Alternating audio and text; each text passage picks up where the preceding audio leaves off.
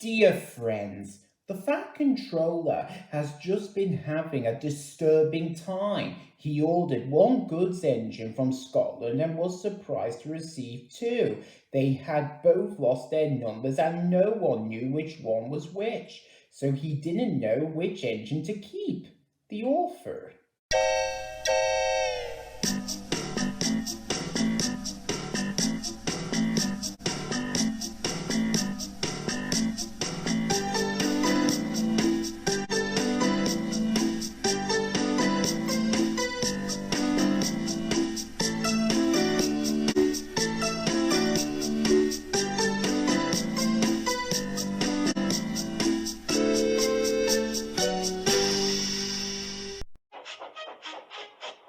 More and more people travelled on the Fat Controller's railway.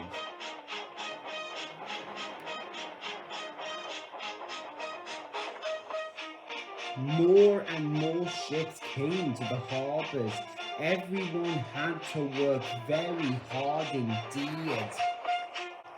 The trucks started complaining bitterly, but then trucks always do, and no one takes much notice. The coaches complained it too. No sooner than they arrived with one train, then they had to go out again with fresh passengers as another. We don't know whatever we're coming or going, they protested. We feel quite distracted.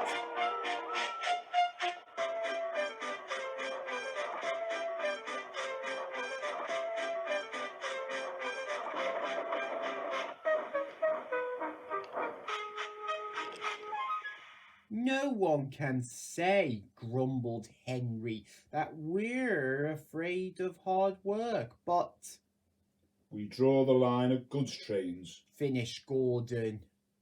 Dirty trucks, dirty sidings, ugh, put in James. What are you boiler-aching about? Pastor Duck. I remember on the Great Western, that tin pot railway. Tin pot indeed, let me tell you. Silence, ordered a well-known voice. Let me tell you that an engine for goods will arrive from Scotland tomorrow. The news was relieved with acclamation. The Fat Controller stared it. Did you say 2 engines, Inspector? Yes, sir. Then send the other back at once. Certainly, sir. But which? The Fat Controller stared again. Engines have numbers, Inspector, he explained patiently. We bought 057646. Send the other one back.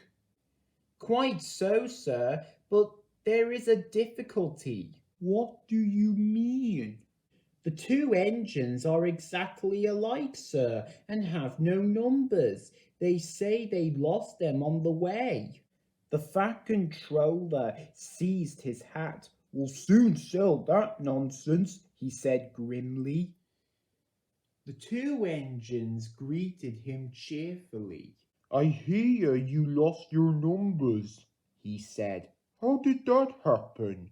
They must have slyly slipped off, sir. You ken how it is. The engine spoke in chorus. I know, accidentally on purpose. The twins looked pained. Sir, you wouldn't be thinking we lost them on purpose? I'm not so sure, said the Fat Controller. Now then, which of you is 57646? That, sir, is just what we canny mind. The Fat Controller looked at their solemn faces. He turned away. He seemed to have difficulty with his own. He swung around again. What are your names? Donal and Dougie, sir. Good, he said. Then your controller can tell me which of you is which. Och, you'll get muckle help from him, sir. Why? He does not ken for names, sir. Who could he? He only gave us our names when we lost our numbers. One of you, said the Fat Controller, is playing taunter. I shall find him out and send him home. Inspector, he ordered, give these engines numbers and set them to work. He walked sternly away. Soon the workmen came to give the twins their numbers. Donald was 9 and Douglas 10. When the men went away, they were left alone. You may have noticed, Dougie, that your painters forgot something. What did they forget? They painted brand new numbers on our tenders, but they didn't put a name on us. Donald grinned broadly at his twin. Yeah, mean. Grinned Douglas. That we can. Just that, chuckled Donald. Who'd you wished? He's the inspector. Now, 9 and 10, smiled the inspector. Here's Doc. He'll show you around before you start work. The twins enjoyed it themselves and they were soon friends with Duck. They didn't mind what they did. They tackled goods trains and coaches easily.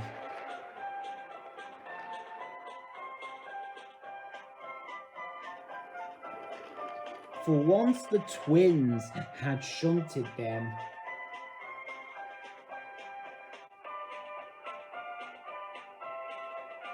Trucks knew better than try any tricks.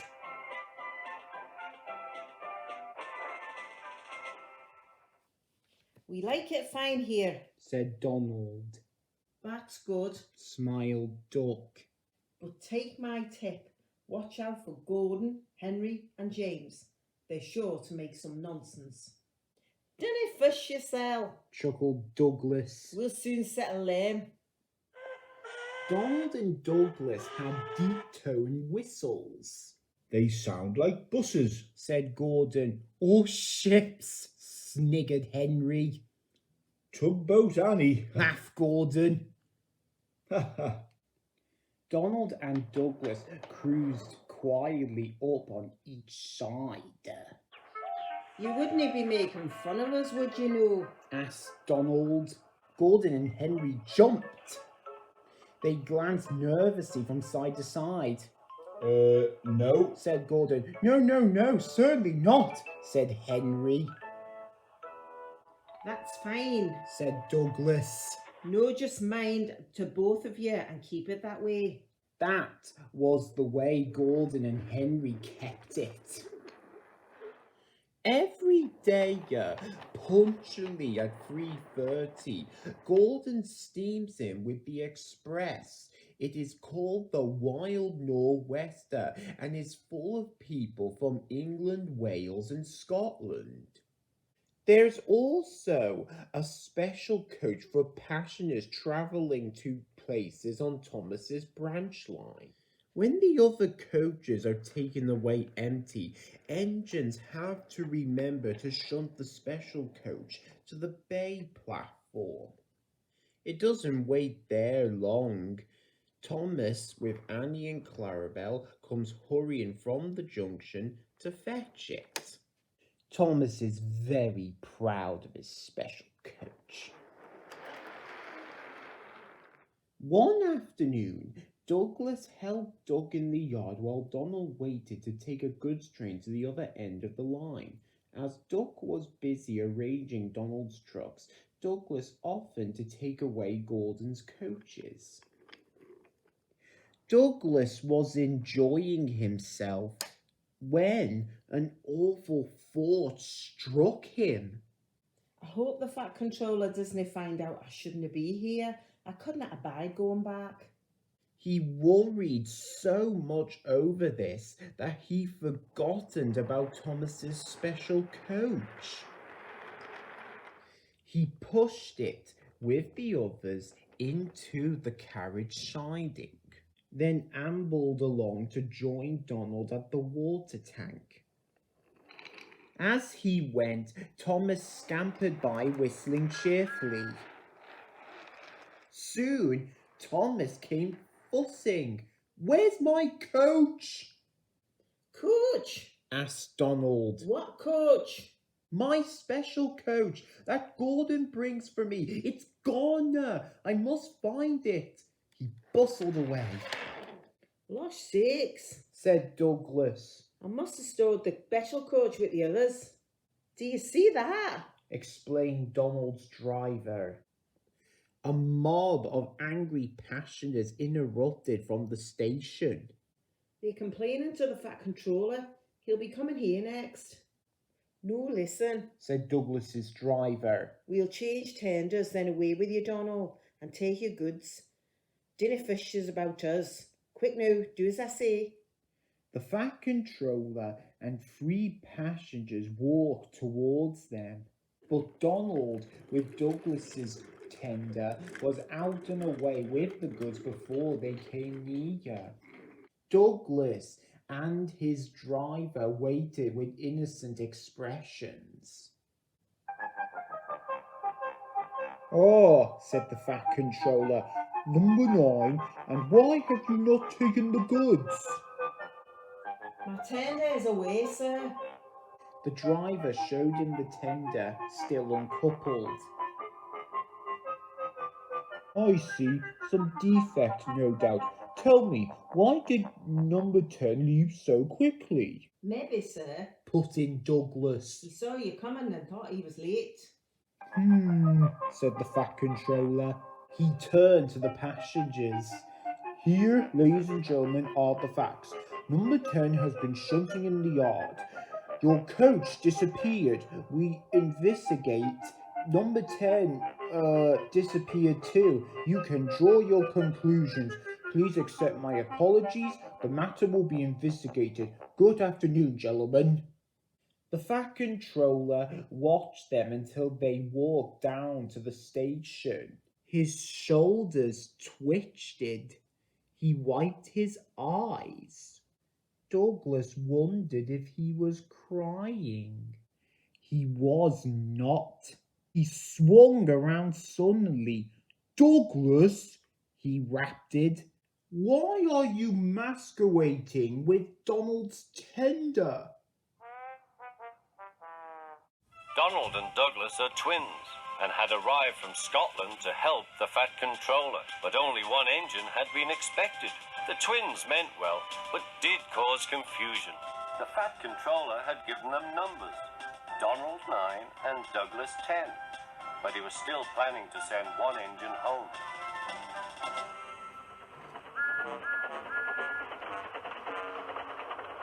There was a brake van in the yard that had taken a dislike to Douglas. Things always went wrong when he had to take it out. His trains were late and he was blamed. Douglas began to worry. Donald, his twin, was angry. "You're a muckle nuisance," said Donald. "It's to leave you behind I'd be wanting."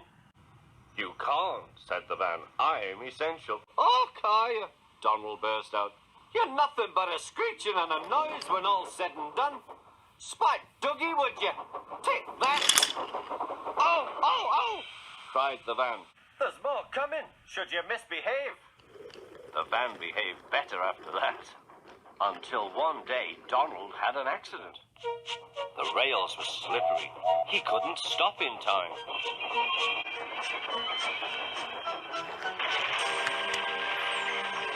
Fat Controller was most annoyed. "I am disappointed, Donald. I did not expect such, clumsiness from you. I had decided to send Douglas back and keep you." "I'm sorry, sir," said Donald. "I should think so, too. You have upset my arrangements.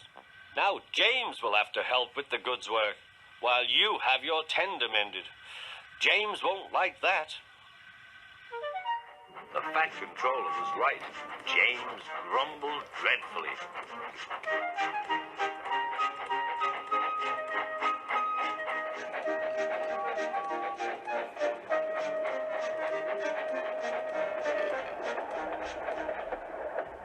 Anyone would think, said Douglas, that Donald had his accident on purpose. I heard tell about an engine and some tar wagons. Shut up, said James. It's not funny. He didn't like to be reminded of his own accident. Well, well, well, said Douglas. Surely, James, it wasn't a you.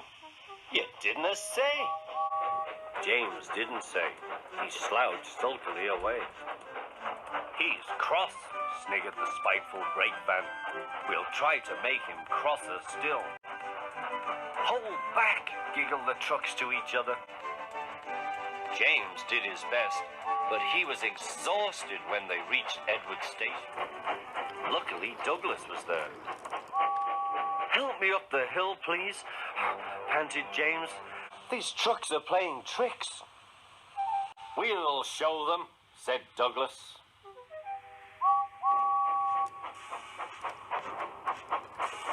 Slowly but surely, the snorting engines forced the trucks up the hill. But James was losing steam. I can't do it! I can't do it! Lay it to me! Shouted Douglas. God was anxious. Go steady! The van's breaking! The van was in pieces. No one had been hurt, and soon Edward came to clear the mess. The Fat Controller was on board. I might have known it would be Douglas, he said. Douglas was grand, sir, said Edward. James had no steam left, but Douglas worked hard enough for 3. I heard him from my yard. 2 would have been enough, said the Fat Controller. I want to be fair, Douglas, but I don't know. I really don't know. The Fat Controller was making up his mind about something, but that's another story.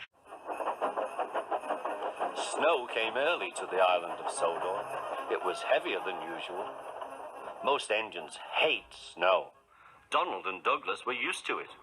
Coupled back to back, with the van between their tenders and a snowplow on their fronts, they set to work. They puffed backwards and forwards, patrolling the line.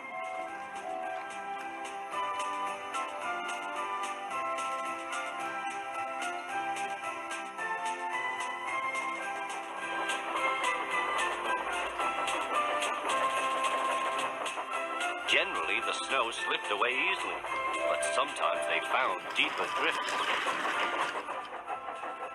Presently, they came to a drift which was larger than most. They charged it, and were just backing for another try when... Lush sakes, Donald! It's Henry! Dinna fess yourself, Henry! Wait a while, we'll have you out. Henry was very grateful. He saw all was not well. The twins were glum. They told him that the Fat Controller was returning soon. He'll send us back for sure. It's a shame, said Percy.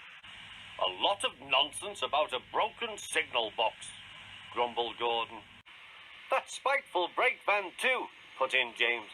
Good riddance, that's what I say.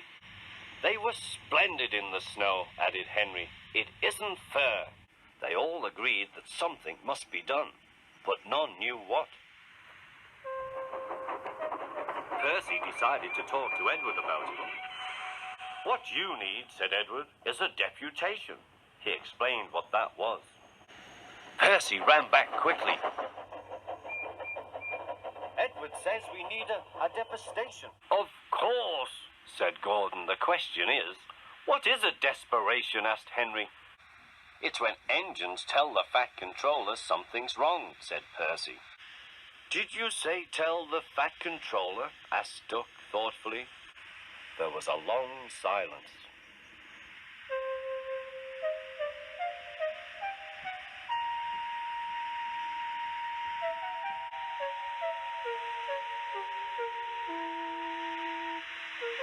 I propose, said Gordon, that Percy be our, disputation.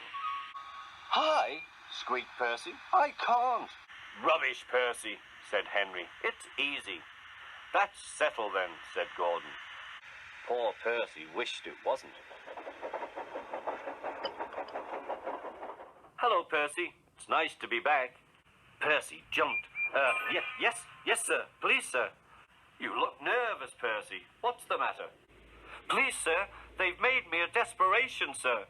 To speak to you, sir. I don't like it, sir. The Fat Controller pondered.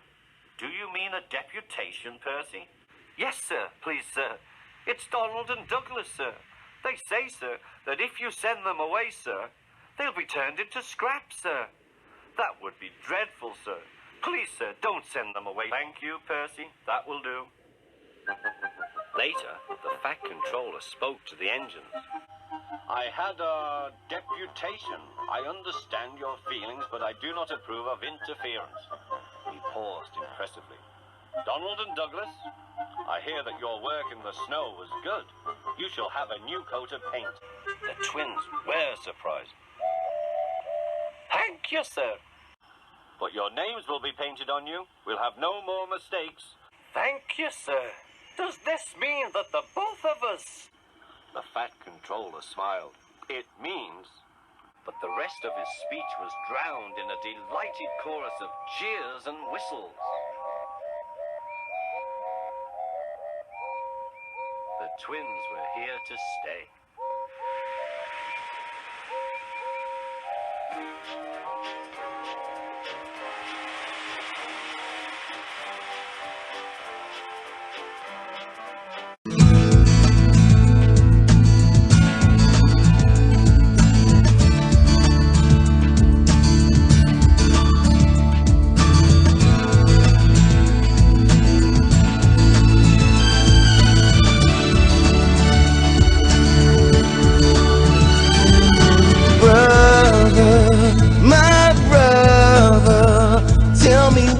Fighting for, we got to end this war.